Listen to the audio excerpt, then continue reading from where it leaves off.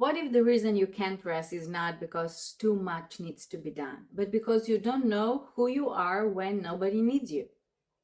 That sentence may feel uncomfortable because being needed sounds beautiful. It sounds loving, responsible, generous, important. And of course, there is nothing wrong with being needed. Your family needs you. Your children needs your love, your presence, your guidance. Your friends may need your support. Your work may value your contributions. People are meant to need each other.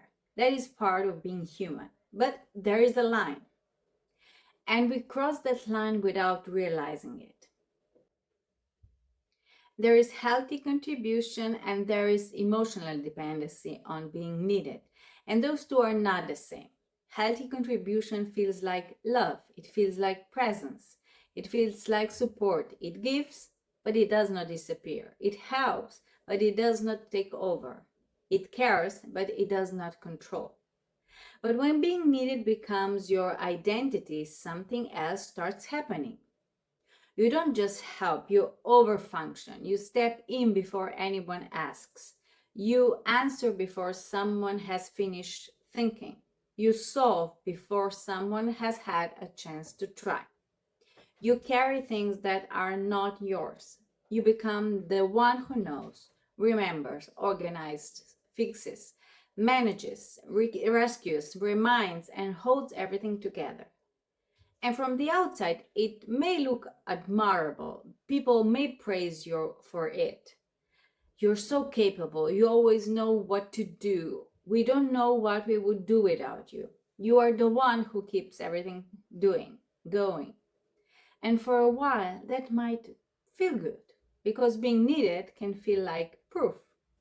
Proof that you matter, proof that you are valuable, proof that you are important, proof that people cannot forget you. Prove that there is a place for you.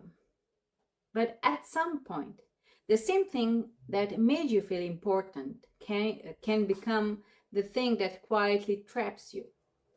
Because the same woman who complains that everyone needs her may also feel completely lost when nobody does. And that is the paradox. She says she wants rest, but when rest appears, she feels anxious. She says she wants people to take responsibility, but she steps in before they can. She says she's tired of carrying everything, but she keeps putting herself in the middle of every storm. And without realizing it, she's not only responding to the storm, she's creating one. Not because she's bad, not because she's manipulative, not because she does not love people, but because stillness feels unfamiliar, because not being needed feels unsafe. Because if nobody is asking something from her, she has to meet herself. And that can feel much more uncomfortable than other tasks. I think this is something many high achieving women know very well. The woman who answers the message first, the woman who noticed the family problem before anyone else, the woman who remembers school forms, appointments, birthdays, food in the fridge, emotional tension, the laundry, the homework, the bills, the small details everyone else seems to forget. The woman who says, "Why does everything falls on me?" while also finding it almost impossible to let anything fall on someone else. And I say this with so much compassion because I know this pattern. I have seen it in myself. I have seen it in friends. I have seen it in family life. I have seen it at work. And I know how easily we can confuse being efficient with being overstimulated. Because we tell ourselves, "I'm just good at handling things." And we are. But we are not only handling things, we are using handling things as a way to avoid the discomfort of being still. There were times when my children did not do something they were supposed to do, something simple, taking trash out, cleaning something, doing homework, putting their things away. And instead of letting them carry the responsibility, I would step in, I would do it myself. And then I would feel stressed, I would complain. And in my mind, I could easily tell the story. Nobody helps me. I have to do everything. Why am I the only one who sees this? But there was another truth underneath it. I did not give them enough space to take responsibility. I stepped in too fast. I took the task back. And then I resented them for not carrying it. And that is a hard thing to admit because it is much easier to say, everyone depends on me, than to ask, where am I not allowing people to become responsible? And this is important because when we overfunction, we don't only exhaust ourselves, we also take something away from others. We take away their chance to learn, their chance to struggle a little, their chance to become capable, their chance to feel the consequence of what they did or did not do. Now I do things differently. If the trash needs to go out and it does not go out, I don't always rush to solve it. I quietly pack the trash back up and place it right inside their bedrooms. I don't argue. It's their space, so I don't have to look at it. But then they quickly realize they don't want to live with the other. It forces them to meet the natural consequence of their inaction. And not because I want to punish anyone, but because I'm no longer available to carry what belongs to someone else.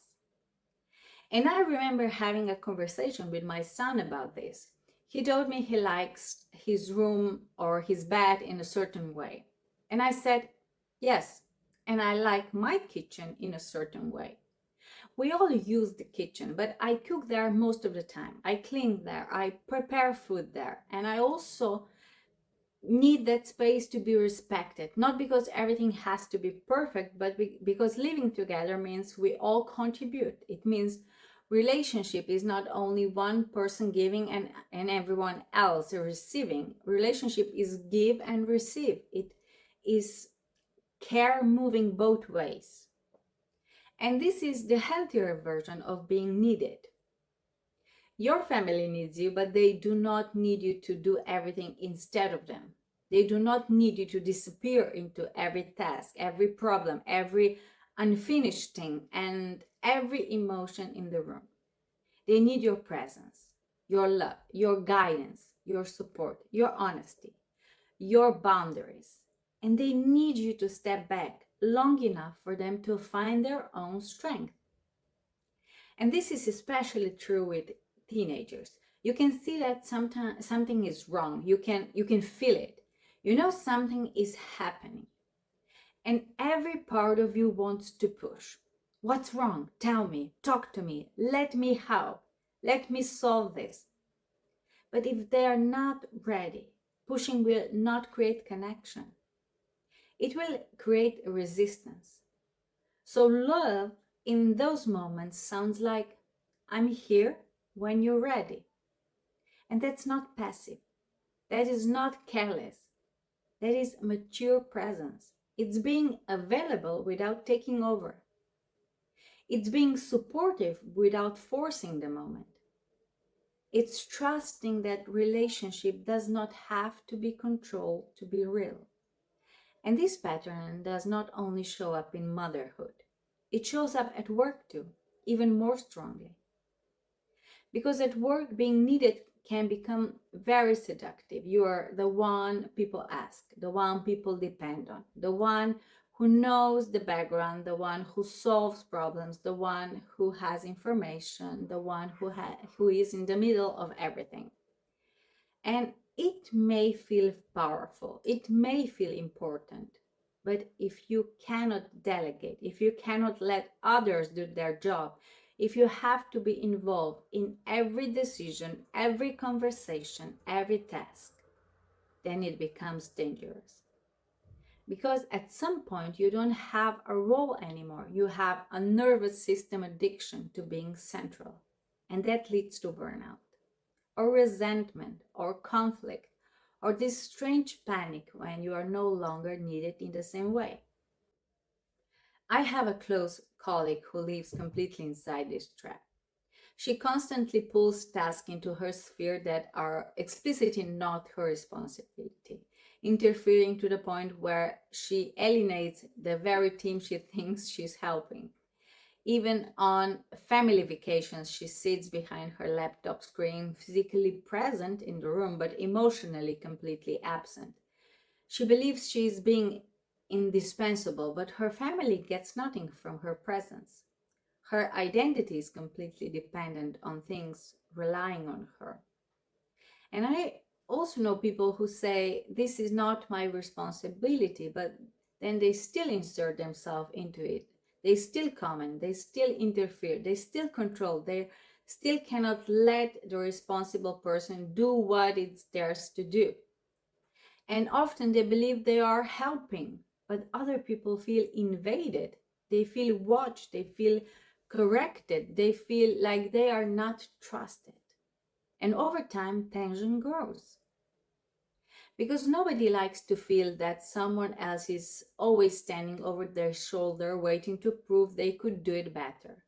We say we want people to take responsibility, but we don't actually give them enough room to do it. And that is where being needed becomes controlling. Again, not always consciously, but still. If you need to be needed everywhere, you may start taking space that does not belong to you. You may start turning other people's responsibilities into your identity. You may start believing that if you're not involved, something is wrong. But nothing is wrong. Life is simply asking you to let go of control. And that can feel terrifying because control gives a false sense of direction. If I am needed, I know what to do. If there is a problem, I have a role. If someone depends on me, I know where I belong. If I'm busy, I do not have to feel what is underneath. But what happens when nobody needs you for one full day?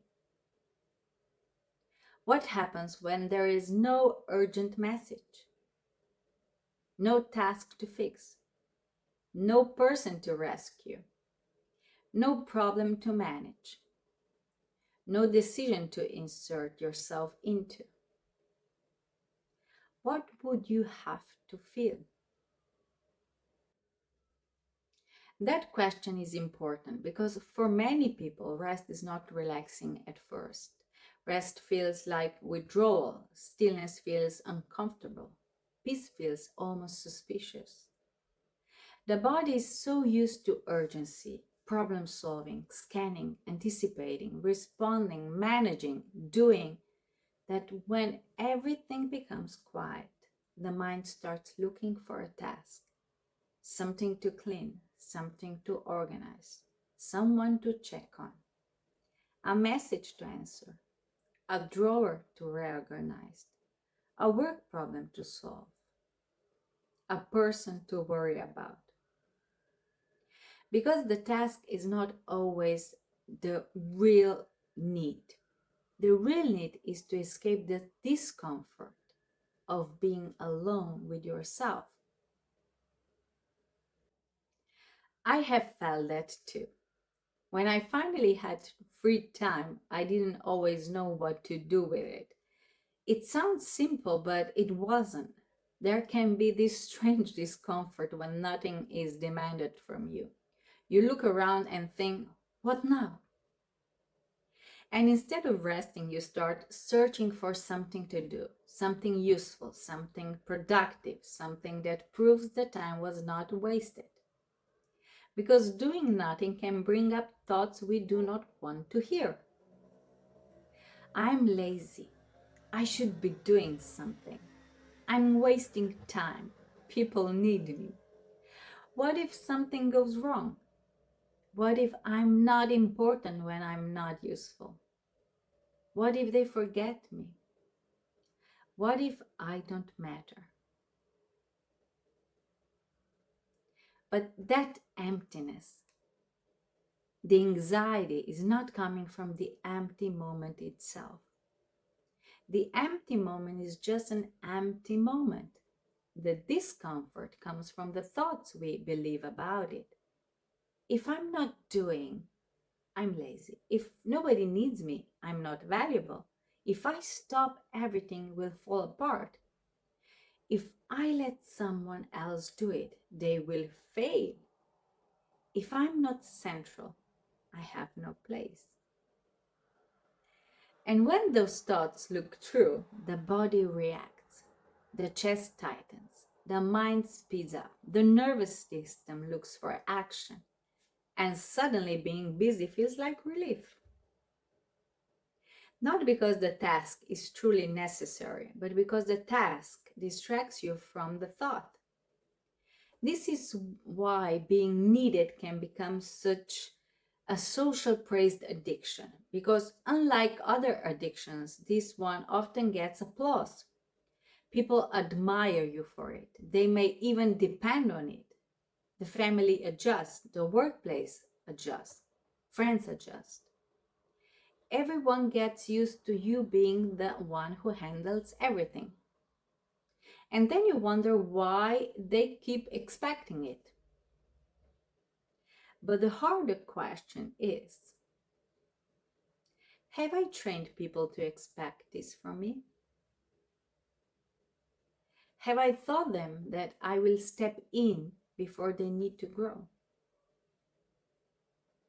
Have I made myself indispensable and then resented them for treating me that way? That is not a comfortable question, but it is a freeing one, because if you can see your part in the pattern, you can also begin to change it. Not by becoming cold, not by withdrawing love, not by punishing people, but not by saying fine, do it and do everything yourself, but by returning responsibility to where it belongs, with love, with clarity, with boundaries, with trust. You can say, I believe you can handle this. You can try first. I'm here if you need guidance. This is not mine to carry. I can support you, but I will not take it over. I love you and I trust you to do your part. That is not abandonment, that is respect. Because real love does not keep people dependent so you can feel needed. Real love helps people become capable. And real self worth does not need constant demand to exist. This is the part many women need to hear. Your worth does not disappear when nobody is asking something from you. You are still valuable when the phone is quiet. You're still loved when the house does not need fixing. You still matter when nobody is waiting for your answer. You're still important when you are resting. You are still you when you are not useful. And I know this can feel like a big shift, because if you have believed and lived for years as the fixer, the responsible one, the capable one, the one who carries everything, then stepping back may feel wrong at first.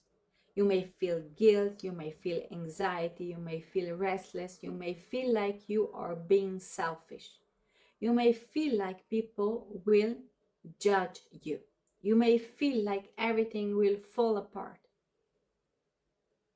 But this is not selfishness. This is nervous system withdrawal from overfunctioning. This is the part of you that learned to survive by being useful. And this is the old identity panicking because you are no longer feeding it the same way. And instead of obeying that panic, you can meet it. You can pause. You can breathe. You can notice the urge to step in. And you can ask, is this really mine? Am I helping or am I taking over?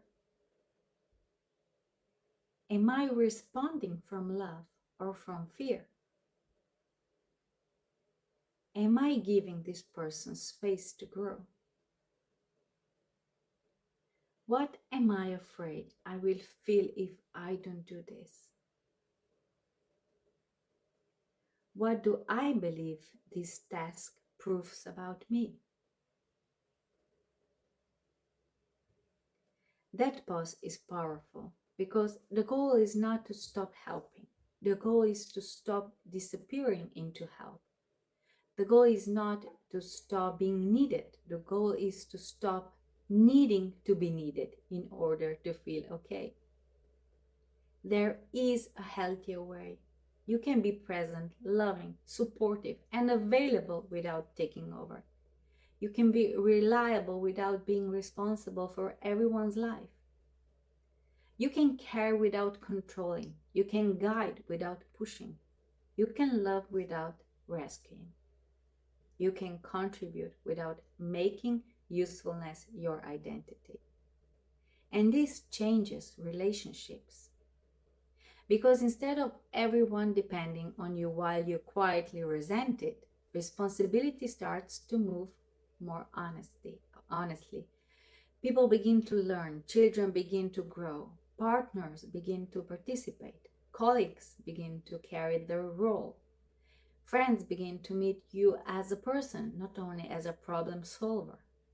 And you begin to discover who you are when life is not constantly asking you to perform. That is where peace begins. Not a kind of peace where nobody ever needs you. That is not real life. But a kind of peace where being needed is no longer the only place you feel worthy. You can sit in a quiet room and not look for a problem. You can take a walk without answering everything.